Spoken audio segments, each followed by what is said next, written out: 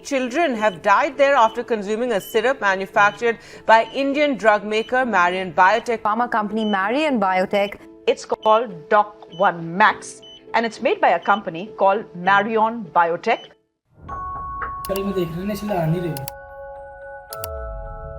Four medicines are cough and cold syrups produced by Maiden Pharmaceuticals Limited in India. WHO recommends all countries detect and remove these products from circulation to prevent further harm to patients. Sachin Jain looked like the perfect philanthropist, smiling, teaching underprivileged children about hygiene. Naresh Goyal's office in New Delhi is full of pictures of him with ministers. Union Defence Minister Rajnath Singh, former Health Minister Harshvardhan, former Haryana Chief Minister Manohar Lal Khattar and many others. Sachin Jain is a wanted man in Uzbekistan. A cough syrup made by his company Marion Biotech was linked to the deaths of 68 children. Naresh Goyal is wanted in the Gambia.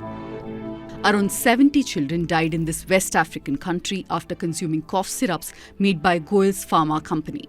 Yet another pharma entrepreneur, Purushottam Lal Goyal, ran Digital Vision Pharma. This company was responsible for the deaths of around 16 children in Jammu and Kashmir. Jain's Marion Biotech or Goyal's Maiden Pharma are not the only companies that have been linked to mass fatalities, but each time these pharma owners bear no real consequences. In this joint investigation by Newslaundry and the News Minute, we look at 3 companies that were involved in mass fatalities. Digital Vision behind 16 child deaths in Jammu and Kashmir. Maiden Pharmaceuticals responsible for 66 to 70 child deaths in the Gambia. And Marion Biotech, which caused 68 child deaths in Uzbekistan. The cough syrups manufactured by all 3 had toxic levels of diethylene glycol and ethylene glycol, industrial chemicals often used in brake fluid. What they should have instead contained was pharma-grade propylene glycol, a common solvent used in liquid oral medicines. We track how cases against them have almost come to a standstill and how they continue to operate in the pharma industry. And not once has anyone from any of these 3 companies been arrested. They use shell companies to evade taxes, bribes to bypass inspections, and when the bodies start piling up, they simply change their names and wait for the government or courts to restore their licenses. This is the trail of blood left by 3 companies.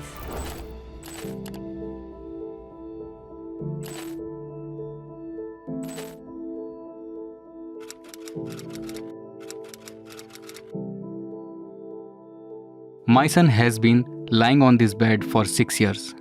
He cannot speak, sit or eat. That medicine destroyed his life. And the company, nothing happened to them. Only the rich have rights in this country.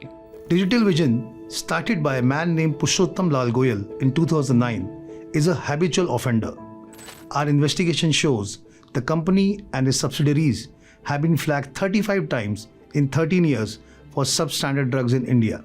In 2019, 16 children died after allegedly consuming the cold best PC and cough set 80 cough syrups. Cases were filed against them in Himachal Pradesh, Punjab, Haryana and Jammu and Kashmir. But till today, only a chemist who sold these drugs was arrested. Purushottam and other owners of Digital Vision got bail for just 50,000 rupees. Their license was revoked immediately after the tragedy, but it was restored in just 3 months. The court said the company can be allowed to make drugs other than cough syrups. Himachal Pradesh found that Digital Vision misused its narcotics license and used it as a routing tool for exporting narcotics drugs to Sri Lanka. And it gets worse. In 2025, the Narcotics Control Bureau busted a 574 crore rupees drug diversion racket. The main player, Digital Vision, they allegedly created shell firms in the names of domestic workers to funnel narcotics into the black market.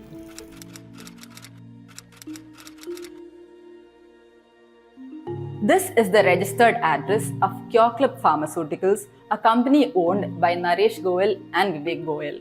If the name Cure Club doesn't ring a bell, its old name, Maiden Pharmaceuticals will. The name board displayed here, Kikas Cosmetics, is a sister company run by the Goels. The companies named here, VEU Greens and VMK Pharmatech, are also Goel enterprises.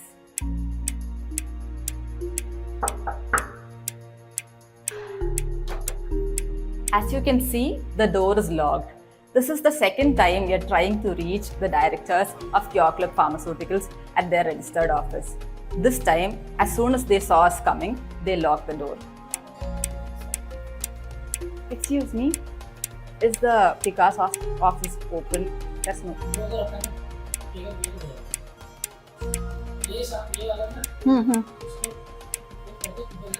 It's locked from inside.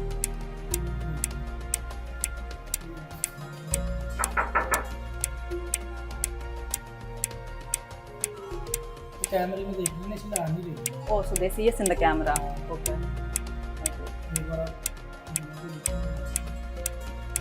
Okay, so they've seen us in the camera and have chosen not to open the door.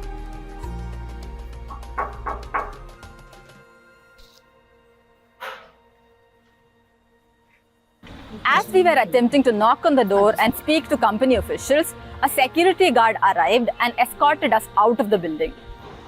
The last time we were here attempting to speak to the company officials, an accountant at the Kikas Cosmetics office told me that they hadn't heard of the company I was asking for. But when I named the directors, Naresh Goel and Vivek Goel, they said that the directors were not available to speak at the moment and that the office could not provide me the contact details of the directors.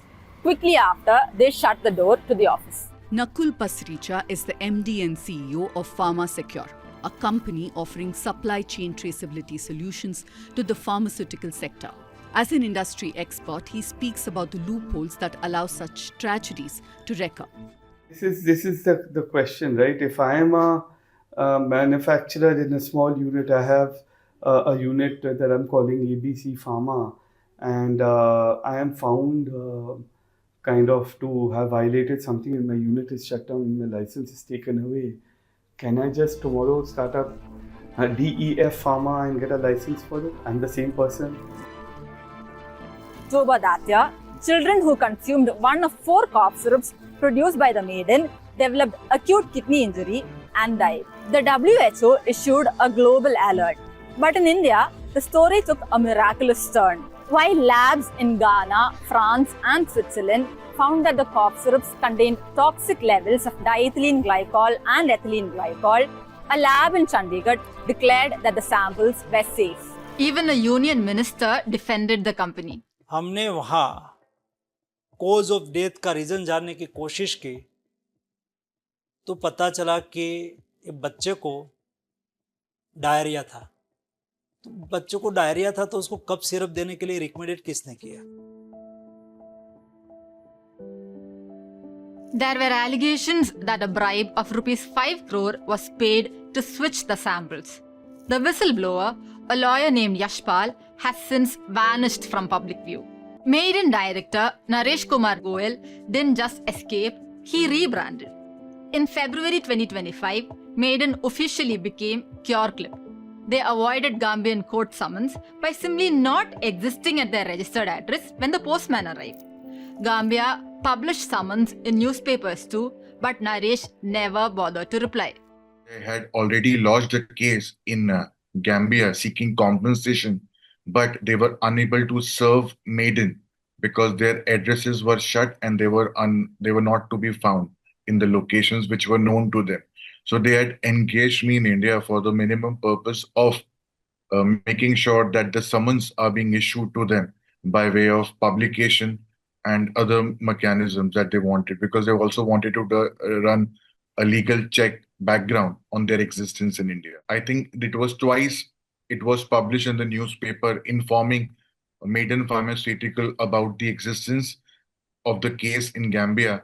They are still not represented in Gambia. And the reason would be because they have closed their operation in the name of Maiden Pharmaceuticals, but they're operating in some other name in India. What happens that in India, we have something called the Drugs and Cosmetic Act. And the act which was committed by them would attract the offense for imprisonment for life. And even notwithstanding the fact that this act was committed outside the territorial bounds of India, there are provisions under the CRPC which allows for trying for the offenses which were committed outside India. So if there is a possibility that the government of India and Gambia would come together to criminally prosecute Maiden Pharmaceutical for supplying of spurious and adulterated drugs, then there is still a possibility of holding them criminally liable under the provisions of the Drugs and Cosmetic Act in India.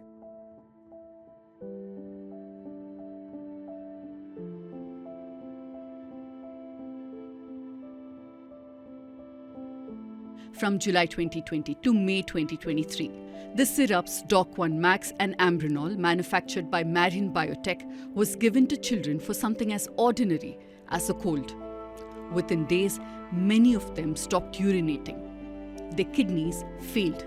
The issue is not one-time issues. It's a very shame that still till today the children are dying due to the wrong formulation of cough syrup. It's also the central responsibility as well as the state responsibility, because Drug and Cosmetic Act is the central act which has to be implemented. So government should immediately strengthen the regulatory system of regarding the supply, regarding the productions, and as well as the formulation of the drugs in this country. Investigations in Uzbekistan uncovered more than just contaminated medicines.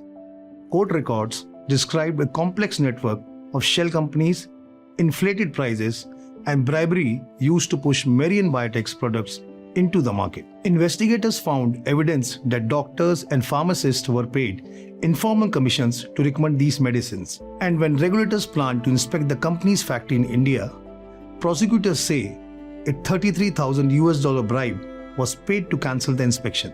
The factory remained unchecked, the syrups kept reaching pharmacies, and eventually resulted in deaths. In February 2024, a criminal court in Tashkent sentenced 23 people linked to the distribution network.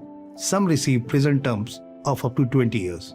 But the man described in court records as the central figure controlling the enterprise. Our investigation shows that Sachin Jain and his family remain directors in more than 24 companies spanning pharmaceuticals and real estate, and most of them falling under Eminox Group. This is the Noida office of Marion Biotech and its parent company Eminox Group. Marion's license was cancelled in 2023, but in 2025 the Allahabad High Court restored it. Corporate filings show the businesses continue to operate. For the families in Uzbekistan, however, the story has never moved on. Janvi, Aniruddha, Kanishka. These aren't just names in a court file. These were children whose lives were cut short by greed and a broken system. We believe these stories shouldn't stay buried in court documents. We are independent media organizations and we do not answer to corporate boards or pharma giants. We answer to you. This depth of investigation is only possible because of our subscribers. If you believe in holding power to account, support our work. Visit our website and become a subscriber today.